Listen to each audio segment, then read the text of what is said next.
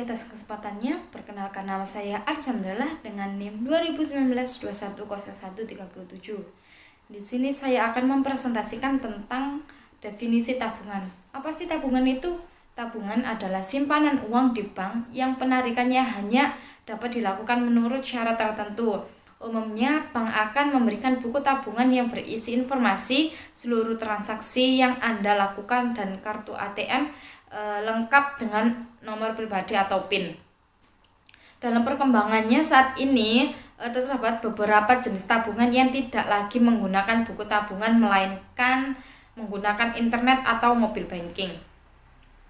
Karakteristik lain dari tabungan adalah adanya setoran awal minimal pada saat pembukaan rekening baru. Nominal besarnya ditentukan oleh masing-masing bank. Khusus untuk produk tabungan simpanan pelajar atau simple, setoran awal minimal adalah sebesar 5.000 untuk simple konvensional dan 1.000 untuk simple IB syariah. Perlu diketahui bahwa ketika nasabah menabung di bank, nasabah akan mendapatkan bunga atau bagi hasil yang besarnya ditentukan oleh masing-masing bank tersebut. Umumnya, bunga atau bagi hasil tabungan lebih kecil dibandingkan investasi seperti deposito. Selanjutnya yaitu persyaratan membuka rekening.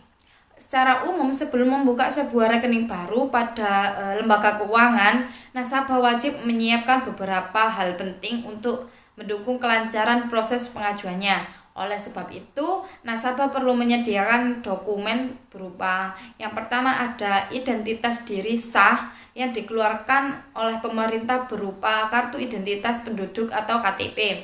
Yang kedua ada mengisi formulir aplikasi pembukaan rekening. Yang ketiga dikenakan biaya administrasi bulanan. Itu sesuai dengan bank yang dipilih oleh nasabah. Dan yang terakhir yaitu menyiapkan dana sebagai setoran pertama saat membuka tabungan. Biasanya jumlah tersebut ditentukan oleh pihak bank sesuai dengan kesepakatan yang berlaku. Selanjutnya yaitu syarat-syarat penyelenggaraan tabungan. Yang pertama adalah bank hanya menyelenggarakan tabungan dalam bentuk rupiah. Yang kedua, ketentuan mengenai penyelenggaraan tabungan ditetapkan oleh bank masing-masing. Yang ketiga yaitu penarikan tabungan tidak boleh menggunakan cek, bilet giro, serta surat perintah bayar lainnya yang sejenis. Yang keempat yaitu penarikan hanya dapat dilakukan dengan mendatangi bank atau alat yang disediakan untuk keperluan tersebut, misalnya yaitu ATM. Dan yang terakhir yaitu bank penyelenggara tabungan diperkenankan untuk menetapkan sendiri cara pelayanan, sistem administrasi, setoran, frekuensi pengambilan tabungan pasif, tingkat suku bunga, cara perhitungan dan pembayaran bunga, pemberian hadiah, dan nama tabungan. Selanjutnya yaitu media penarikan tabungan ada 4 yaitu buku tabungan, yang kedua ada slip tabungan, ketiga ada kartu ATM, dan yang keempat yaitu media yang disetujui oleh pihak bank. Selanjutnya yaitu pencatatan transaksi tabungan. Setiap setoran tabungan akan dicatat sebesar nominal setoran dan selanjutnya disajikan sebesar nilai kewajiban.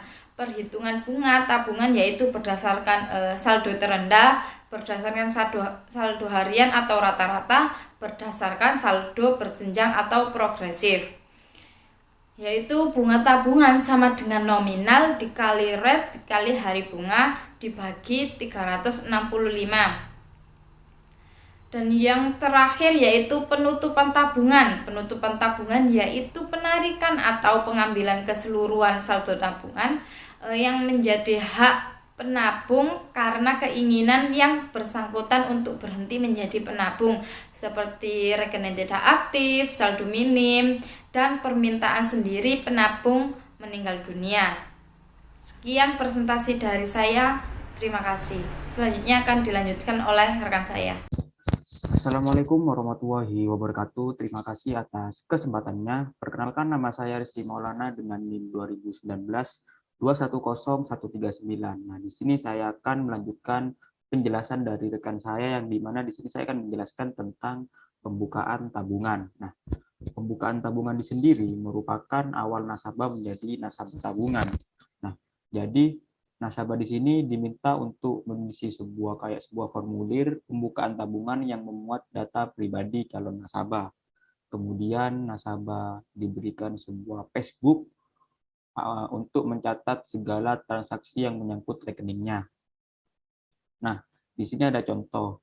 Pada tanggal 6 Mei 2021, Adi membuka rekening tabungan di Bank UAW Perbanas Surabaya dengan menyetorkan uang tunai sebesar 1 juta rupiah. Nah, lalu bagaimana sih jurnalnya? Nah, jurnal yang dibuat dari Bank UAW Perbanas Surabaya sendiri di sini di mana kasnya berada di sisi debit dan tabungan si Adi berada di sisi kredit. Mengapa kasnya di debit? Karena Adi kan di sini menyetorkan uang tunainya sebesar 1 juta. Yang jelas kasnya di sini berkurang. Nah, dicatatlah di sisi debit. Nah, tabungan pada jurnal tabungan di sini tabungan si Adi berada di sisi kredit. Karena si Adi di sini kan menyetorkan uang tunainya ke Bank UAW Urbana Surabaya. Nah, dicatatlah di sisi kredit karena tabungan Sadi bertambah. Nah, selanjutnya di sini saya akan menjelaskan tentang penyetoran tabungan. Nah, setoran tabungan di sini merupakan setoran yang dilakukan oleh nasabah bank secara langsung dengan menyetorkan sejumlah uang tunai kepada pihak bank.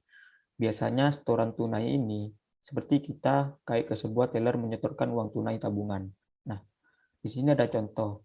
Pada tanggal 11 Mei 2021, Adi setor tunai ke Bank UHW Perbanas Surabaya sebesar 6 juta rupiah untuk menambah saldo rekening tabungannya.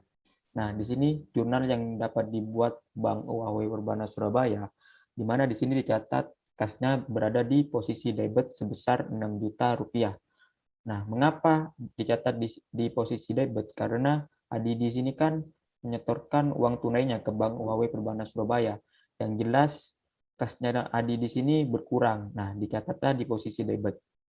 Selanjutnya, tabungan Adi berada di posisi kredit sebesar 6 juta rupiah. Nah, mengapa? Karena Adi di sini kan ingin menambah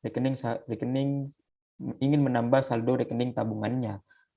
Nah, dicatatlah di posisi kredit sebesar 6 juta rupiah. Nah, selanjutnya di sini saya akan menjelaskan tentang penyetoran antar cabang. Nah, jadi seorang nasabah dapat dilakukan penyetoran untuk keuntungan rekening di cabang lain. Nah, dalam transaksi seperti ini dapat tercipta adanya hubungan antara cabang penerima setoran dan cabang penerbit rekening tabungan. Nah, di sini ada contoh atau ilustrasi. Misalkan pada tanggal 10 Juli 1999, Pak Dinar menyetorkan uang tunai kepada Bank Satria Cabang Bogor sebesar 6 juta rupiah untuk keuntungan rekening tabungannya pada Bank Satria Cabang Bandung. Nah, jadi dalam pos jurnal yang ada di PPT, tampak cabang yang mendebit rekening kas adalah cabang Bogor. Sementara cabang yang mengkredit rekening tabungan Pak Dinar adalah cabang Bandung. Nah, hutang piutang antara cabang Bogor dan cabang Bandung tercatat pada rekening antar kantor cabang. Seperti tampak pada pos jurnal yang ada di PPT, cabang Bogor, rekening antar kantor cabang Bandung dikredit sebesar 6 juta rupiah. Nah, pada pos jurnal di cabang Bandung, rekening antar kantor cabang Bogor didebet sebesar 6 juta rupiah. Nah, rekening antar kantor cabang seperti yang ada di PPT merupakan rekening silang atau reciprocal account. Nah, rekening tersebut pada saat penyusunan neraca konsolidasi di kantor pusat menjadi tidak berarti. Nah, sehingga harus dieliminasi atau dihilangkan. Selanjutnya di sini saya akan menjelaskan tentang penarikan tabungan. Nah, penarikan tabungan sendiri merupakan pengambilan dana yang dilakukan oleh sebuah nasabah. Nah, jadi penarikan tunai yang dilakukan langsung di bank, yaitu nasabah kayak mengisi sebuah slip penarikan dan menandatanganinya, kemudian menyerahkan kepada pihak teller disertai dengan menyerahkan buku tabungan. Nah, di sini ada contoh atau ilustrasi. Yang pertama di sini pada tanggal 11 Mei 2021, Adi menarik tunai tabungannya di Bank UHW Perbanas Surabaya sebesar Rp1.500.000. Nah, maka jurnal yang dibuat oleh Bank UHW Perbanas di sini, di mana tabungan Adi berada di posisi debit dan kasnya berada di posisi kredit.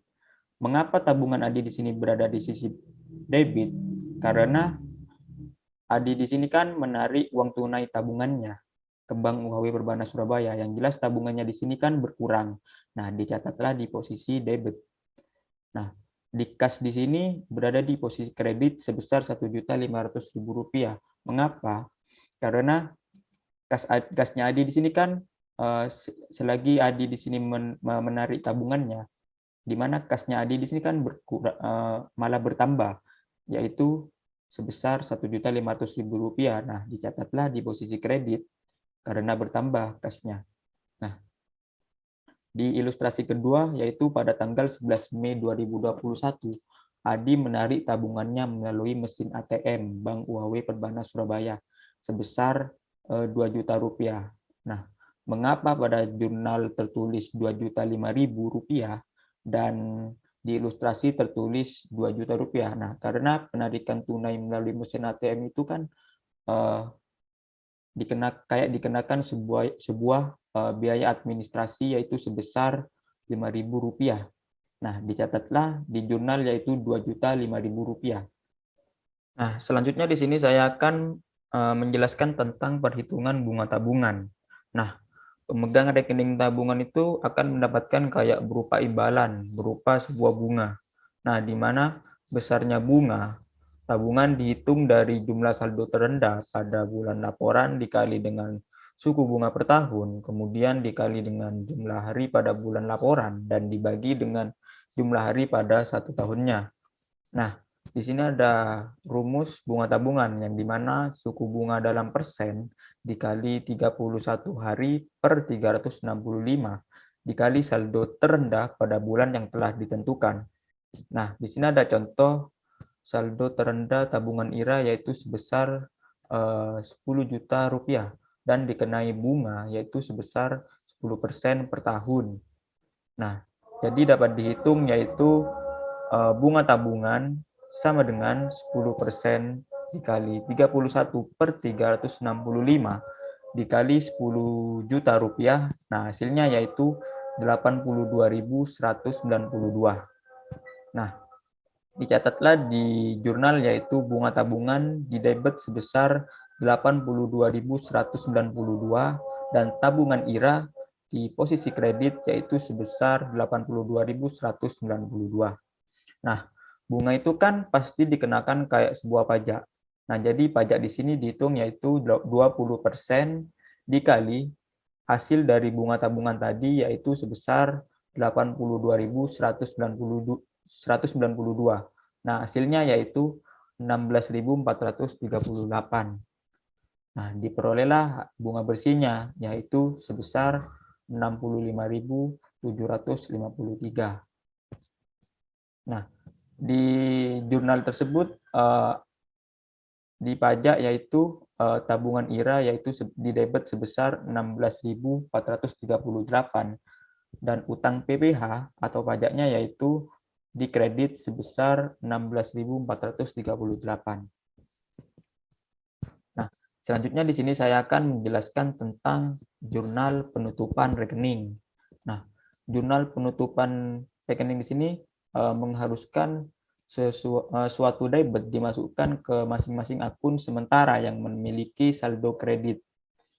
Nah, debit yang dimasukkan harus sama persis dengan jumlah saldo kredit sebelum dilakukan jurnal penutup.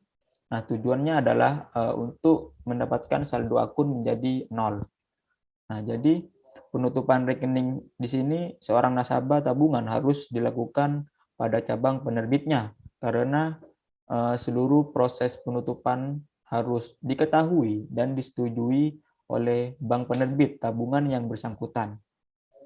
Nah, di sini ada contoh, yaitu apabila kemudian pada tanggal 1 September 2021 Pak Eman datang untuk menutup rekening tabungannya, maka Bank Setiep Surabaya di sini akan membukukan seperti yang ada di layar di PPT, yaitu tabungan rekening Pak Eman didebet sebesar 12 juta rupiah dan kasnya di posisi kredit yaitu sebesar 12 juta rupiah.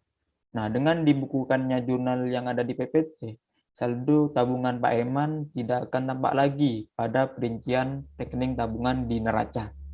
Nah, sekian presentasi dari kelompok kami, kurang lebihnya mohon maaf. Wassalamualaikum warahmatullahi wabarakatuh. Terima kasih. We got history, got me feeling the nostalgia.